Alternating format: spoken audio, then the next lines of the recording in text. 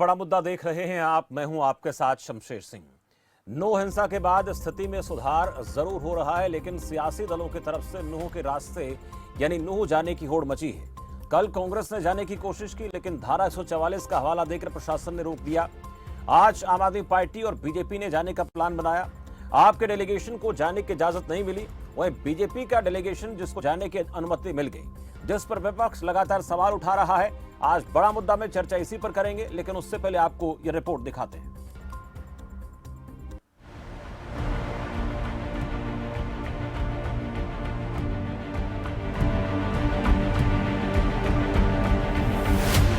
नूह में हालातों का जायजा लेने के लिए एक के बाद एक सियासी दल नूह के रास्ते जा रहे हैं। इसी कड़ी में आज एक डेलीगेशन आम आदमी पार्टी के हरियाणा प्रदेश अध्यक्ष सुशील गुप्ता के नेतृत्व में नूह जाना चाहता था, लेकिन पुलिस प्रशासन ने उन्हें आगे जाने की अनुमति नहीं दी, जिसके बाद सुशील गुप्ता ने अपनी प्रतिक्रिया दी है। ये तो प्रशासन के लिए तो सारी पार्टियां इंग्रेस है, सरकार अलग बात है।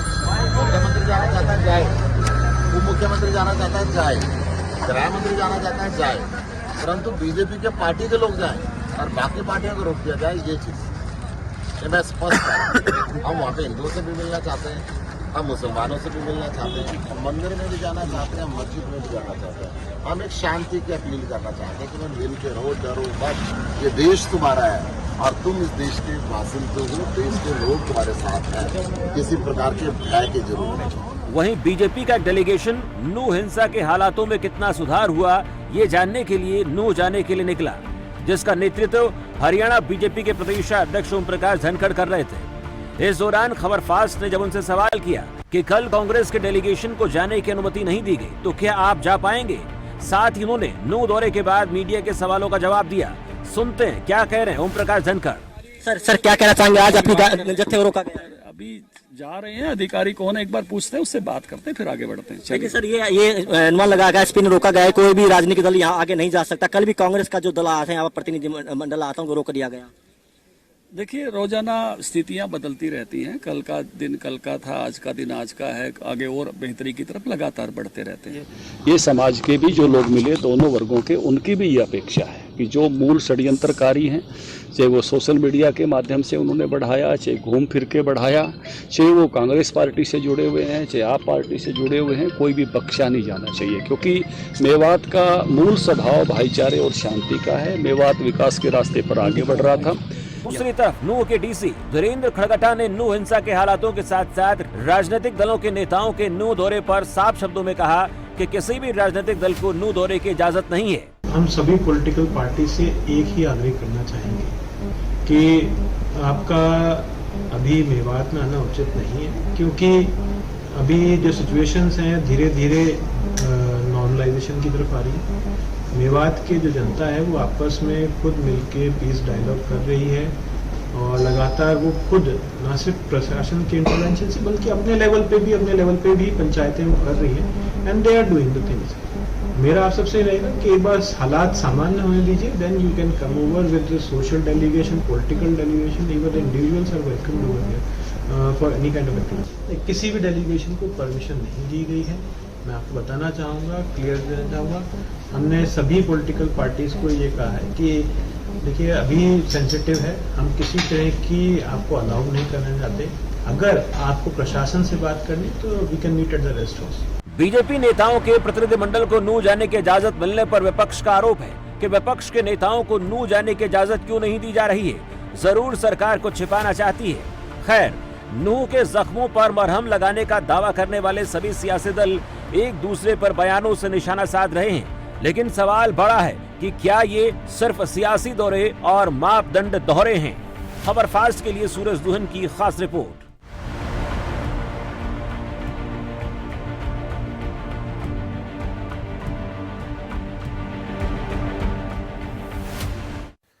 तो बड़ा मुद्दा में चर्चा इसी सवाल पर करेंगे और मेरे साथ इस वक्त चर्चा में खास मेहमान जुड़े हुए हैं। सुदेश कटारिया, प्रवक्ता बीजेपी से हैं। कटारिया साहब, स्वागत है आपका।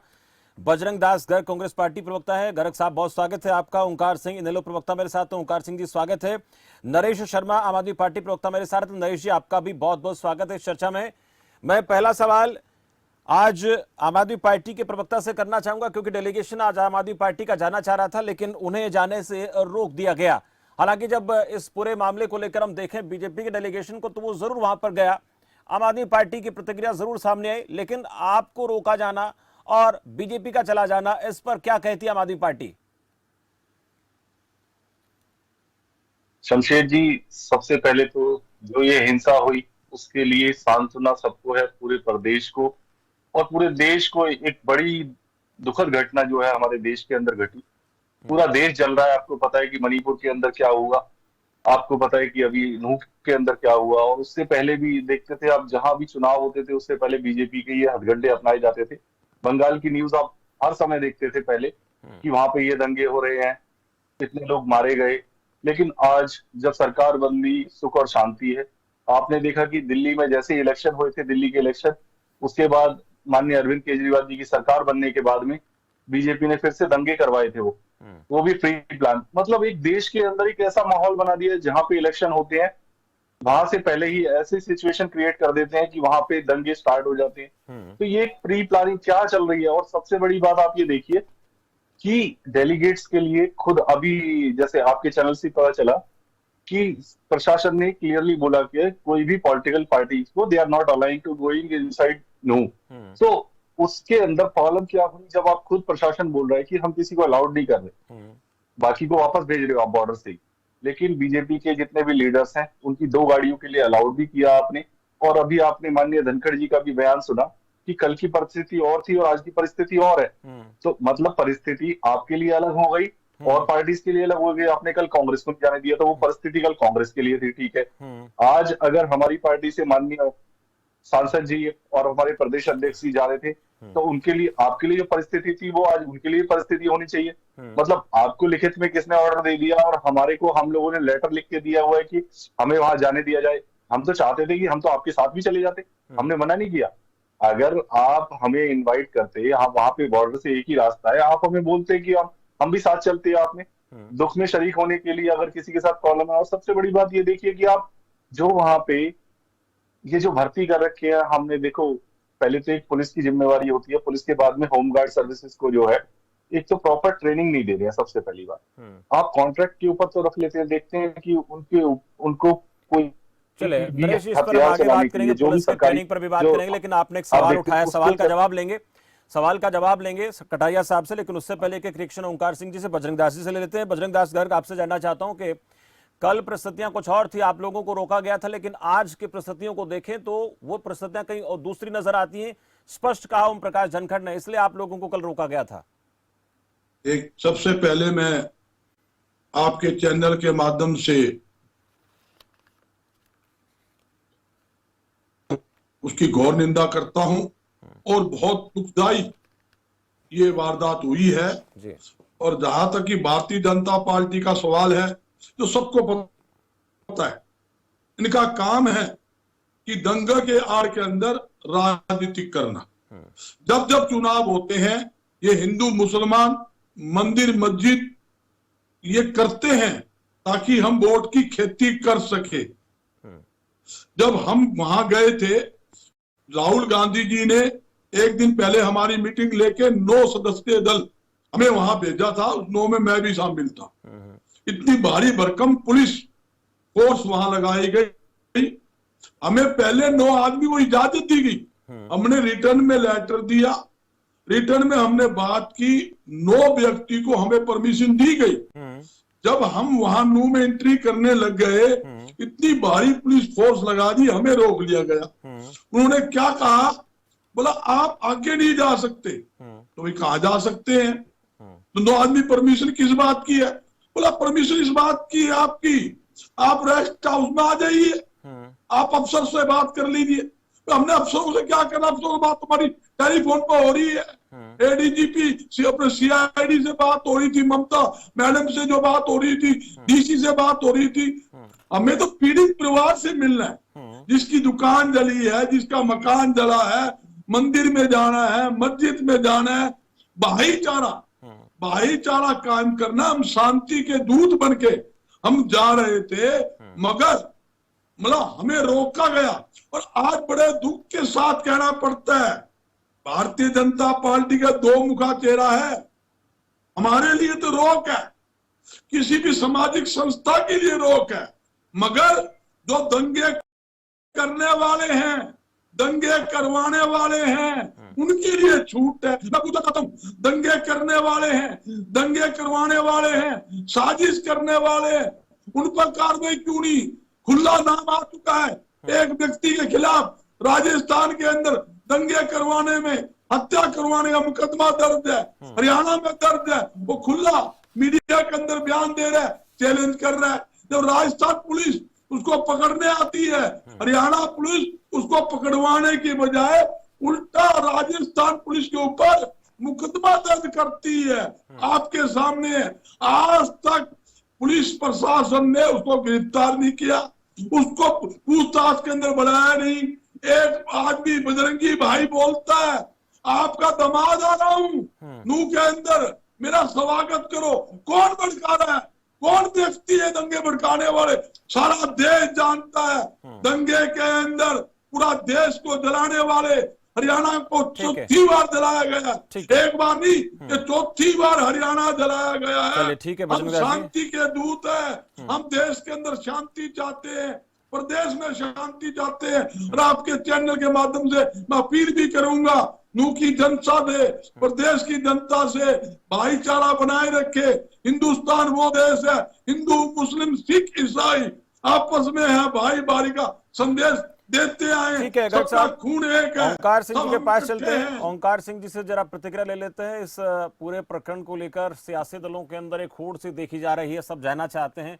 एनएलओ की क्या रिएक्शन है इस पर, वो क्या सोचते हैं, जाना चाहिए नहीं जाना चाहिए? और जिस तरह से अलग अलग पार्टियां जाने का प्रयास कर रही हैं, बीजेपी जरूर कामयाब हो जाती है, लेकिन आम आदमी पार्टी और कांग्रेस पार्टी को वहां जाने से रोक दिया जाता है। क्या देखते हैं इसको लेकर एनएलओ प्रवक्ता ओंकार सिंह? शमशेर जी, पहले तो मैं उसकी निंदा करता हूँ और सबसे अपील करता हूँ कि ऐसा वातावरण बने कि दोबारा हमें ऐसी परिस्थिति कभी जिंदगी में देखने को ना मिले। ये हमारे सबका कर्तव्य है, फर्ज है। देखिए, भारत में रूल ऑफ लॉ है। रूल ऑफ लॉ में एक कानून चपरासी से लेकर प्रधानमंत्री तक वही कानून लागू होता है। यही तो रूल ऑफ लॉ की खासियत है। इसे तो संविधान का नियम बोलते हैं। लेकिन वो क्या है, जब ऐसे दंगे की, चलो किसी की साजिश है तो जांच का विषय है, किसने किए वो भुगतेगा जरूर, लेकिन हमारे सबकी जिम्मेवारी बनती है इस स्थिति को नॉर्मलाइज करने के लिए हम सब कोशिश करें। जब ऐसा कहीं दंगा भड़क जाता है तो सर्वदलीय बैठक भी बुलाई जाती है, सर्वधर्म सम्मेलन भी किए जाते हैं और सारे व्यक्ति अपनी अपनी कोशिश करते हैं कि इस दंगे को नॉर्मलाइज किया जाए, स्थिति पुरानी स्थिति में बहाल हो जाए। कोई व्यक्ति वहां पर दंगा भड़काने नहीं जाएगा। इतना पुलिस प्रशासन है। और कल कांग्रेस का 9 दल का प्रतिनिधि मंडल जाने लगा, उसको रोक दिया गया। भाई आप पुलिस वाले उनके साथ जाइए, आप उनके साथ 9 के साथ 900 पुलिस वाले जाइए और देखिए वो कहाँ जाके क्या क्या बात करते हैं, उनकी रिकॉर्डिंग करिए। अगर वो भड़काऊ काम करते हैं उनको वही गिरफ्तार भी कर लीजिए, सीधी सी बात। आज आम आदमी पार्टी के जाने लगे प्रतिनिधि मंडल, उसको भी रोक दिया गया, लेकिन बीजेपी को वो लोग कर दिया गया। देखिए, आपने मेरे से पूछा क्या ऐसे प्रतिनिधि मंडल जाने चाहिए, तो मेरा विचार है, हमारी पार्टी का भी विचार है कि ऐसे प्रतिनिधि मंडल जाने चाहिए ताकि अपने अपने प्रभाव का प्रयोग करके जनता के मरहम पट्टी भी लग सके और उनके रोष को शांत किया जा सके। लेकिन इसमें बीजेपी सरकार को दिक्कत क्या है, इनको क्या घबराहट है, क्यों नहीं जाने देना चाहती? देखिए, विपक्ष जनता की आवाज होता है, सत्ता पक्ष जब कभी भी गड़बड़ी करता है, दबाने की कोशिश करता है। विपक्ष का धर्म और कर्तव्य है वो जनता के साथ खड़ा होकर उसकी आवाज बने। आज अगर विपक्ष का कोई प्रतिनिधि मंडल जाएगा, चाहे इनेलो, चाहे कांग्रेस, चाहे आम आदमी पार्टी, चाहे बहुजन समाज पार्टी, वो वहां पे जाके असली परिस्थिति देखेगा। बीजेपी को क्या डर है? आपने जबरदस्ती 753 मकान और दुकानें गिरा दिए। वो तो माननीय उच्च न्यायालय का मैं धन्यवाद करता हूँ, सैल्यूट करता हूँ, जिन्होंने 100 मोटो लेके बुलडोजर कार्रवाई पर रोक लगा दी। अभी जब जांच नहीं हुई, अभी जब पता ही नहीं लगा कि क्या कौन दोषी है, बीजेपी है, कांग्रेस है, आप है, इनेलो है, कौन दोषी है, ये पता ही नहीं लगा, आपने बुलडोजर चलाना शुरू कर दिया। अब आपको दर्द क्या है, दुख क्या है, घबराहट क्या है? क्यों नहीं आप जाने देने चाहते वहां पर प्रतिनिधि मंडल? अगर कोई प्रतिनिधि मंडल जाएगा, 5 सदस्य जाएगा, आप अलाउड कर दो, प्रत्येक पार्टी के 5 मेंबर जा सकते हैं और उन 5 मेंबरों के साथ 500 पुलिस वाले भेज दो। देख लीजिए क्या कोई गलत काम करते हैं, वही गिरफ्तार कर लो। लेकिन जाना चाहिए प्रत्येक धर्म का प्रतिनिधि भी जाना चाहिए, प्रत्येक दल का प्रतिनिधि भी जाना चाहिए, मेरा मानना। ठीक है ओंकार सिंह जी, सुदेश कटारिया जी से तीनों पार्टी प्रवक्ताओं के सवालों का जवाब लेते हैं। मुझे उम्मीद है कि बीच में कोई नहीं टोकेगा, क्योंकि कटारिया साहब बीच में नहीं बोले हैं। मैं ये चाहूंगा, और जो सवाल आप लोगों ने किए सारे सवाल मैं पूछूंगा, इसलिए आप लोग शांति का प्रयास रखेंगे, कोशिश करेंगे कि जो बीजेपी कहना चाहती है उसको हम सुन लें। कटारिया साहब, पहला सवाल ये सामने आया है कि आम आदमी पार्टी की तरफ से पूछा गया कि हमें रोक दिया गया, बीजेपी का डेलीगेशन क्यों गया। दूसरा सवाल साथ में यह भी आया कि जब कल कांग्रेस को रोका गया तो यह कहा गया ओम प्रकाश धनखड़ की तरफ से, बीजेपी प्रदेश अध्यक्ष की तरफ से, कि कल परिस्थितियां और थीं, आज परिस्थितियां और हैं। तो क्या ये सिर्फ बीजेपी के लिए परिस्थितियां और थी या आम आदमी पार्टी के लिए भी और थी? इस सवाल का जवाब देखिए। शमशेर, आपको क्लियर कर दूं, दास गर्ग जी ने कि हमें आला अधिकारियों ने कहा था कि अधिकारियों से बात कीजिए। अधिकारियों से क्या बात करें, हमारे एडीजीपी, डीसी, एसपी सबसे बात हुई है। और ये मैं स्पष्ट कर दूं, जो बीजेपी का प्रतिनिधि मंडल गया वो सर्किट हाउस तक गया और वरिष्ठ जो अधिकारी, वहां के प्रशासनिक अधिकारी थे, उनसे बात करके वापस आ गया। ना कि नहू शहर में या जहां हिंसा हुई है उनके घर पे गया। प्रशासनिक अधिकारियों ने इनसे भी कहा कि प्रशासनिक अधिकारियों से कोई जानकारी लेनी है तो लीजिए। ना कांग्रेस ने कोई जानकारी ली, ना आम आदमी पार्टी के व्यक्तियों ने जानकारी ली। इसमें दो बात है शमशेर जी, ये राजनीति लोग करना चाहते हैं, ये अपने राजनीति चमकाने के लिए, सस्ती लोकप्रियता के लिए मुनादी करवा के वहां जाना चाहते हैं, हम वहां जा रहे हैं। दो प्रकार की राजनीति यहाँ शमशेर जी हो रही है। नहीं कटारिया साहब, एक मिनट, हमारे संवाददाता ने सवाल पूछा, कांग्रेस को रोक दिया गया, आपको जाने की अनुमति क्यों? तो कहा कि कल परिस्थितियां और थी। तो इसका क्या मतलब मालूम है कि सिर्फ आप लोग सिर्फ सर्किट हाउस तक ही जाना चाहते थे? कल की परिस्थितियां और थी, आज की और थी। इस पर भी थोड़ा सा आप साफ करें कि ये उनकी तरफ से बयान आना, ओपी धनखड़ की तरफ से, ये क्या कह रहा है? इसका जवाब तो बजरंग दास गर्ग जी ने दिया अभी कि हम प्रशासनिक अधिकारियों से क्या बात करें। हमें एसपी ने कहा कि प्रशासनिक अधिकारियों से बात कीजिए। बीजेपी का नहीं, ये जवाब नहीं है, ये जवाब नहीं है कटारिया साहब, ये जवाब नहीं है। हाँ। प्रशासनिक अधिकारियों के जो डायरेक्शन थी वो हमारे लिए वही थी, कांग्रेस के लिए, आम आदमी के लिए। लेकिन ये लोग वहां जाना नहीं चाहते थे। प्रशासनिक अधिकारियों से हमने बातचीत की, पूरा जायजा लिया। लेकिन शमशेर जी, यहाँ दो तरीके की राजनीति हो रही है। एक वे लोग थे जो आग लगाने जाना चाहते हैं, वो लोग हैं जो आग बुझाना जाने देना चाहते हैं। ये वही लोग हैं जिनके जनप्रतिनिधि, जिनके विधायक विधानसभा में चिल्ला चिल्ला के कह रहे थे कि अगर इस प्रकार की किसी प्रकार की कोई बात हुई तो हम उसकी प्याजी वोट देंगे। और उसके दोबारा एक ताजा इंटरव्यू में उन्होंने कहा कि मैं अकेला विधायक नहीं हूं। कटारिया साहब, एक जिम्मेदार प्रवक्ता के तौर पर एक बात आप कह रहे हैं, एक जिम्मेदार प्रवक्ता पार्टी के तौर पर आप कह रहे हैं कि ये वो लोग हैं जो आग लगाने जाना चाहते थे। देखिए ये चीजें सुनिए, नहीं मैं पूछूंगा सवाल, और जिनमें लोग जाने वाले हैं, आम आदमी पार्टी के सांसद हैं, बीजेपी आम आदमी पार्टी के प्रदेश अध्यक्ष सुशील गुप्ता हैं खुद। दूसरी तरफ बात कर लेता हूं मैं, कांग्रेस पार्टी के प्रदेश अध्यक्ष उदयभान है, कांग्रेस पार्टी के राज्यसभा सांसद जो है वो दीपेंद्र हुड्डा हैं, और भी तमाम उनके पदाधिकारी हैं। वो लोग जाना चाहते थे। आप जो कह रहे हैं कि ये लोग आग लगाने वाले, तो जरा मैं क्लेरिफाई करवाना चाहूंगा आपसे, इनका जवाब लूंगा मैं। कटारिया साहब, उनके बयान बता रहे हैं, विधायक का बयान है ये विधायक का बयान है कि मैं जिस विधायक नहीं आप जिस विधायक की बात कर रहे हैं उस विधायक को लेकर हम बार बार सवाल पूछेंगे। नहीं कटारिया साहब, नहीं आप जो कह रहे हैं आग लगाने वाले लोग जा रहे हैं, मैं सिर्फ ये नहीं, आपने ये कहा कि ये आग लगाने वाले वो लोग हैं। सुनिए कटारिया साहब, ठीक है, आप जो कह रहे हैं आप बिल्कुल पुख्ता तौर पर कह रहे हैं। पार्टी वाले एक सुशील गुप्ता जी से पूछिए, जिनका जो आईटी सेल का प्रदेश अध्यक्ष है जावेद, 302 का मुकदमा जिसके खिलाफ है और कश्मीर गवाह है, क्या उसके खिलाफ कोई कार्रवाई की? क्या कांग्रेस ने उस विधायक के खिलाफ कोई कार्रवाई की जिन्होंने कहा कि मैं अकेला विधायक नहीं, 3 विधायक और मेरे साथ है जो ऐसा ही कहना चाहते हैं, अगर जो मेरे खिलाफ कोई कार्रवाई हो तो उनपे भी हो? ये चश्मदीद इकबालिया बयान है शमशेर जी, मैं नहीं कह रहा हूँ। ठीक है, ये आग लगाने वाले लोग हैं, ये षड्यंत्रकारी लोग हैं जिन्होंने आग लगवाई, ठीक है, जिन्होंने हिंसा रचवाई, जिन्होंने लोग मरवाए। ये तो तत्परता माननीय मुख्यमंत्री जी ने दिखाई, जो हजारों पुलिसकर्मी वहां भेज के और छोटे छोटे बच्चे महिलाओं की जान बचाई। आपके टीवी चैनल के माध्यम से हजारों लोगों ने आगे बयान दिया, अगर वो पुलिस ना होती तो हमारी जान चली जाती। हजारों लोग खून की होली खेलने के लिए वहां आतुर थे, और इस प्रकार से थे वो जो ये षड्यंत्रकारी लोग हैं। जिस प्रकार का बयान उन्होंने दिया गया है, जब से विधानसभा में मामन खान का बयान आया उसी दिन से कार्रवाई चल रही है, उसी दिन से तैयारियां चल रही है, और ये साजिश है, ये हमला है, सोचा समझा हमला। ठीक है, मैं फिर से कह रहा हूँ, ये लोग हैं जो सुदेश कटारिया एक बात कह रहे हैं, नरेश, हाँ, अगर माननीय तो हजारों हजारों लोगों की जान जाती। और जिस प्रकार से ओमकार जी कह रहे थे कि वहां पर बुलडोजर की कार्यवाही हुई, मैं आपको बता देना चाहता हूं, आप जांच हो जाने दीजिए, दूध का दूध और पानी का पानी हो जाने दीजिए। माननीय मुख्यमंत्री मनोहर लाल जी एक ऐसी नजीर पेश करेंगे, हरियाणा प्रदेश में कोई षड्यंत्रकारी और हिंसा भड़काने का नाम नहीं लेगा, उधर देखने का काम नहीं करेगा। ठीक और है। मैं फिर इस बात को रिपीट कर रहा हूं, लेकिन जो काम आप कर रहे थे उसको हाई कोर्ट ने रोका है। जो बुलडोजर का एक्शन हो रहा था उसको हाई कोर्ट ने रोक दिया। कुछ सोच समझ कर रोका होगा। आप जो कहना चाहते हैं, जो करना चाहते हैं, उसको हाई कोर्ट ने रोका है। मैं जरा आपके सवालों का जवाब लेता हूं। आपने कई बड़े आरोप लगाए।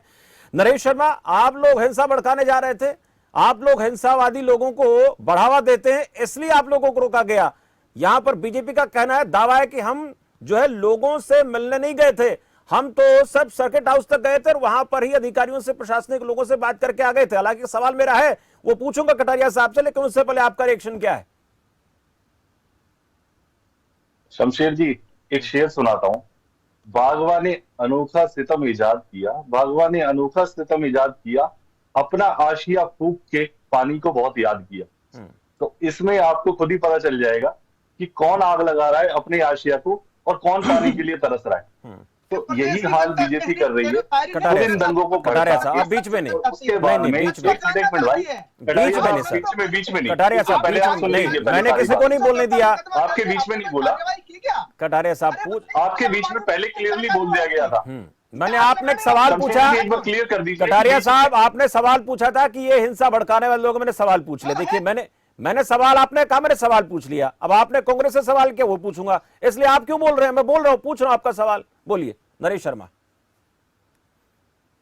और सबसे पहले माननीय हमारे सांसद जी और ऊपर से हमारे पार्टी के अध्यक्ष जी भी, आप उनको गाली दे रहे हो, उनको बोल रहे हो कि दंगा भड़काने के लिए। एक उच्च, आपने पता है कि कहां बैठे हैं वो?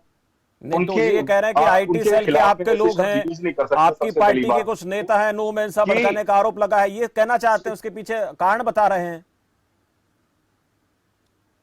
उनके पीछे कारण यही, तो आप एक चीज बताइए कि ये हिंसा के लिए बहुत बड़े बड़े दावे कर रहे हैं कि हमारे मुख्यमंत्री जी, आप पहले हरियाणा के अंदर बात करते हैं तो आपने देखा कि जाट आंदोलन के अंदर कितने लोगों की जान गई और कितने दंगे हुए, पूरा जो जाट लैंड था वो पूरा का पूरा फूंक दिया गया, वो भी विफलता थी माननीय मुख्यमंत्री जी की। फिर आ जाइए किसान आंदोलन की, किसान आंदोलन के अंदर हमारे कम से कम 700, हरियाणा के अंदर ही पूरे देश के 700 जवान और किसान, मैं ये कहता हूं कि उन किसानों को जवान की उपाधि इसलिए देता हूं क्योंकि वो सबसे पहले शहीद हुए।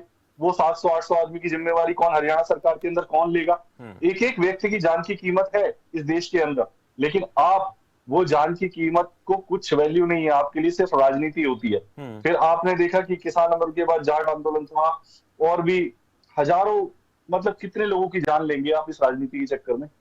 आप देश में एक अलग सा भय बना दिया है। आप विकास की राजनीति पे काम कीजिए। आपको सिर्फ आपकी पार्टी का जनता से सबसे पहले बात पूछा जाता है तो क्या कहते हैं, हिंदू मुस्लिम, और कोई पार्टी का नाम नहीं, सिर्फ एक हिंदू मुस्लिम पार्टी, इसको नाम चेंज करके बीजेपी से हिंदू मुस्लिम पार्टी कर दीजिए आप। इस देश में अमन शांति चैन बनाए रखने के लिए, क्योंकि आपका जब बच्चा पढ़ेगा, मैं आपको बताऊं कि अभी मैं 3 दिन से अलग अलग गांव में, जिस क्षेत्र में मैं रहता हूं वहां पे विधानसभा के अंदर बहुत सारा मुस्लिम बाहुल्य एरिया है, सारा का सारा। इसी बिट्टू बजरंगी ने वहां आज से 10 दिन पहले 15 दिन हो गए, तब भी 4 एफआईआर दर्ज की थी उनके ऊपर, और कोई एफआईआर दर्ज करने के बाद कोई केस दर्ज नहीं हुआ। लेकिन उन्हीं मुस्लिम भाइयों ने इनको बचाया कि बिट्टू बजरंगी ने गांव के अंदर जाके दलाली करता है। मैं आपको बता दूं क्लियर शब्दों में, गायों को जो नहीं, ये आप जिम्मेदारी के तहत ये बात करें नरेश शर्मा, आप लोगों के पास इसके कोई प्रमाण है? जिस तरह से आप कह रहे हैं कि दलाली करता है, अगर आपके पास इन चीजों के कुछ रिपोर्ट्स हैं तो आप लोगों को इसको लेकर पुलिस के पास जाना चाहिए। आप जो बात कर रहे हैं, और मुझे लगता है कि जब ये चर्चा खत्म होगी तो आप पुलिस के पास जाएंगे। ये मुनादी करवाने से पहले कटारिया साहब मैं पूछ रहा हूँ, अरे कटारिया साहब मैं पूछ रहा हूँ, 4 एफआईआर दर्ज है उस केस की, इससे पहले की 4 एफआईआर दर्ज है, और जल्दी उसकी एफआईआर की कॉपीज भी शेयर कर दी जाएंगी आपके सामने। ठीक है, उसकी पूरी हिस्ट्री। एक बंदा यूपी से आके, जिसका एक सिर्फ आपको बताएं कि मैं बहुत अच्छे बैकग्राउंड को जानता हूं उसके, बिट्टू बजरंगी के बहुत ही पास में रहता है, उसका पूरा बैकग्राउंड हिस्ट्री। एक यूपी से आके एक सब्जी का ठेला लगाने वाला, ये हरियाणा प्रदेश को जला रहा है, दंगे करवा रहा है। क्या है उसके पास? एक कुछ नहीं होता था, मैं आपको बता दूं, एक सब्जी के ठेले लगाने वाला 2-2 स्कॉर्पियो लेके घूमता है, इन्हीं 2 साल के अंदर, 3 साल के अंदर, बीजेपी सरकार के अंदर। एक उसके पास कैंपर भी है, उसके बाद बड़ा घर भी हो गया, उसके पास पैसे की कमी, मतलब 10-10, 20-20 लड़के लेके घूमता है। तो मतलब एक बाहर से आके आदमी, जो एक सब्जी से गुजारा विसारा करने वाला आदमी 2 साल के अंदर इतना कर लेता है, तो कुछ ना कुछ तो बैकएंड में कुछ चल रहा है, चलिए, कहीं ना कहीं तो कुछ है। आपने तो इसकी कई जांच बातें कौन कही है, करवाएगा? जांच की बात आप करें, एफआईआर की आप बात करें, कटारिया साहब से जवाब लेंगे, लेकिन उससे पहले बजरंग दास गर्ग जी आपसे मैं पूछना चाहूंगा, ये कटारिया साहब, नहीं, सुनिए, नहीं, आपके पास इकट्ठे जवाब लेंगे, पूरा सबका जवाब आप देंगे, सबको वक्त मिलना चाहिए ना। कटारिया साहब, सबका जवाब आप देंगे और पूरा वक्त आपको दे रहा हूं। बजरंग दास गर्ग जी, आपसे सवाल मेरा कि हिंसाग्रस्त इलाकों का दौरा करने नहीं गए थे, डेलीगेशन गया था, सर्किट हाउस तक जाकर वापस आ गया, आप लोगों को भी ऐसा ही कहा गया था, लेकिन आप लोगों ने वैसा नहीं किया, ये कहना है। इस वक्त मेरे साथ कटारिया साहब बैठे और उनका यह कहना था कि सीधे तौर पर आप लोग तो हिंसा भड़काने के लिए जा रहे थे, हिंसावादी लोग हैं, ये आरोप लगे। शमशेर जी, मैं आपके चैनल के माध्यम से कहना चाहता हूं सरकार को, दंगा करवाने वाले और दंगा भड़काने वाले और दंगे में शामिल जो भी है, किसी भी पार्टी का नेता है, उसके खिलाफ कार्रवाई करे, हमें कोई दिक्कत नहीं। और मैं धनखड़ जी के बयान की भी निंदा करता हूं। उन्होंने आज क्या कहा, कांग्रेस का नेता होगा उसके खिलाफ भी कार्रवाई होगी। इनका मतलब समझ लो, इनकी मंशा क्या है, दंगा किसने भड़काया। जो आपने बता दूं, मैं आपके सामने मोनू मानन सर, खुला नाम ले रहा हूं मैं, जिनके खिलाफ दुनिया भर के मुकदमे दर्ज है, हत्या के मुकदमे दर्ज है। सुनो, आप बोलिए मत, कटारिया जी बीच में नहीं बोलोगे, कटारिया जी बीच में नहीं बोलोगे, बीच में नहीं बोलोगे, बीच में नहीं बोलोगे, बीच में नहीं बोलोगे। सुनोगे शमशेर जी, कटारिया साहब रोको, शमशेर जी रोकिए, शमशेर जी इनको कटारिया साहब, मामन खान पे बोलने दो ना इनको। सुदेश कटारिया साहब बोल, मामन खान पे पूछ रहा हूं मैं, आप सुनिए मेरी बात। वो व्यक्ति चैनल पे आकर पूरे हथियारों से लैस कम से कम 12 हथियार के असले दिखा रहा है और धमकी दे रहा है, और दुनिया भर के उसके ऊपर मुकदमे दर्ज है। क्यों नहीं पुलिस उस पर कार्रवाई करती, क्यों नहीं पुलिस उसको पकड़ती। जहाँ बताया बिट्टू बजरंगी, कितना खुला चैलेंज दिया, दंगा किसने भड़काया, दंगा किसने करवाया। और एक बात और बताता हूँ, 10 दिन से वीडियो जारी थी, सोशल मीडिया में वीडियो आ रही थी, तेरा जमाई आ रहा है, स्वागत लेकिन ये बजरंग दास गर्ग बीजेपी आरोप लगाते कि 6 महीने पहले जो बयान दिया था विधानसभा में मामन खान ने, उस वजह से सारा माहौल बिगड़ा है, तो उसको लेकर कांग्रेस पार्टी कुछ नहीं कहती है। मैं उसको ऊपर ही आ रहा हूँ। जल्दी मैं पूछा तो साहब, इंदर जी तुम केंद्र के मंत्री है, भारतीय जनता पार्टी के सीनियर नेता है, उसका जवाब क्या था, उसने बयान दिया खुला, भाई धार्मिक यात्रा निकालने जा रहे थे, हथियारों से लैस क्यों, तलवारों से लैस क्यों, लाठियों से लैस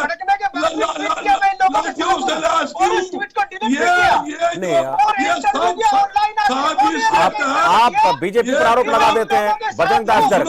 एक मिनट कटारिया साहब, जब बजरंग दास गर्ग जी आपसे सवाल पूछा जाता है तो आप बीजेपी पर आरोप लगा देते हैं, बीजेपी से पूछता हूं तो वो कांग्रेस पर आरोप लगा देता है, ऐसे तो कोई चर्चा निष्कर्ष पर नहीं पहुंचेगी ना। का बयान है, वो कई बार हो चुका है, उस पर चर्चा हो चुके हैं। चर्चा नहीं हुई। मैं जब आप कटारिया साहब पूछ रहे हैं, मैं सवाल पूछ रहे जवाब दे रहा हूं। मैं ये कहना चाहता हूं, पूरा दंगा भड़काने में, हिंदू मुसलमान करने में, मंदिर मस्जिद करने में, हिंदुस्तान पाकिस्तान करने में मुख्य रोल इनका है। मणिपुर किसने जलाया, इन्होंने जलाया।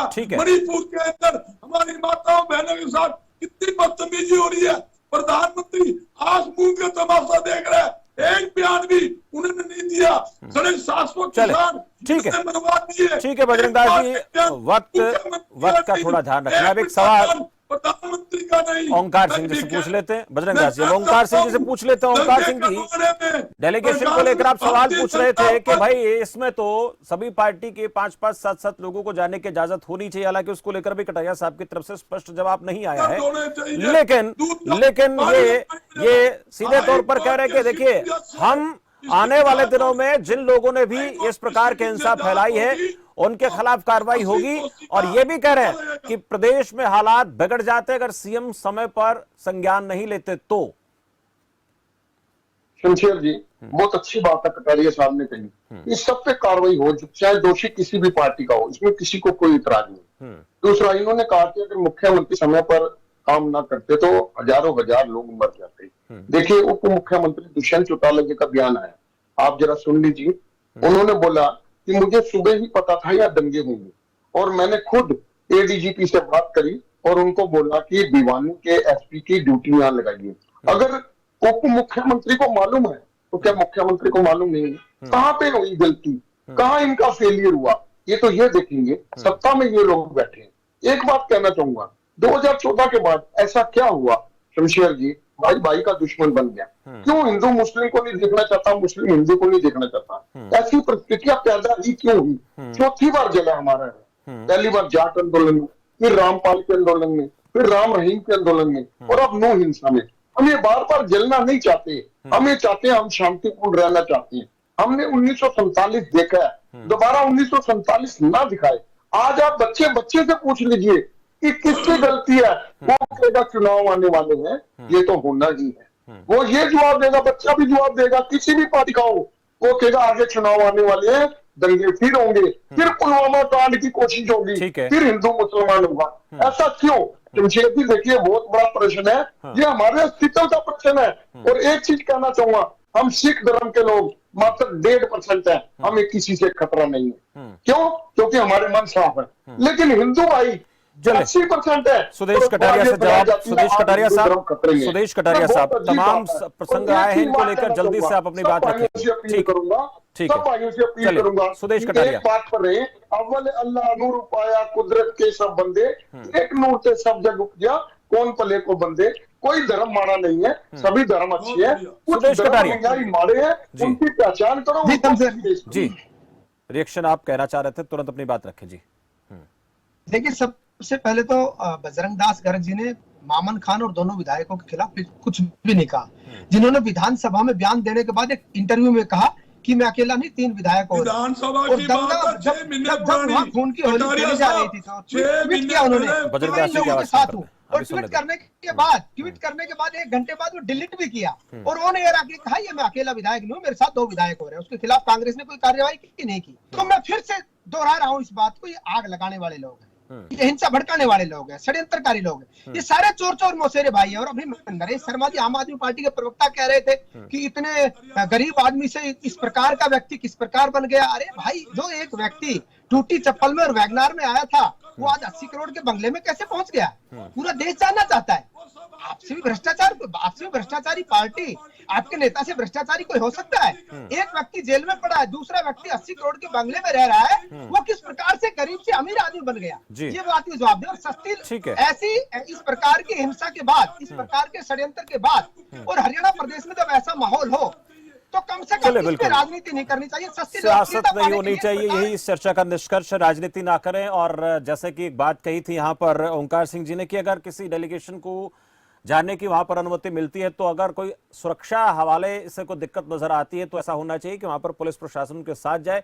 लेकिन अगर नहीं जाने की अनुमति है तो फिर किसी को नहीं जाना चाहिए। हालांकि बीजेपी का कहना है कि हमारा डेलीगेशन जो था वो सर्किट हाउस तक गया था, हम वहीं पर अधिकारियों से मिलकर आ गए। लेकिन राजनीतिक पार्टियों के लिए चाहे परमिशन मिले सर्किट हाउस तक की मिले या फिर थोड़ा आगे जाने की मिले, उसमें दूसरी पार्टियों को जरूर इस पर ऐतराज होता है। अब लेकिन देखना होगा कि आने वाले दिनों में जो हिंसा पीड़ित लोग हैं, वहां पर जो घर जले हैं, हिंसा हुई है, दुकानें जली हैं, मकान जले हैं, उसको लेकर सियासी दलों को किस प्रकार से आगे वहां पहुंचने की इजाजत मिलेगी नहीं मिलेगी।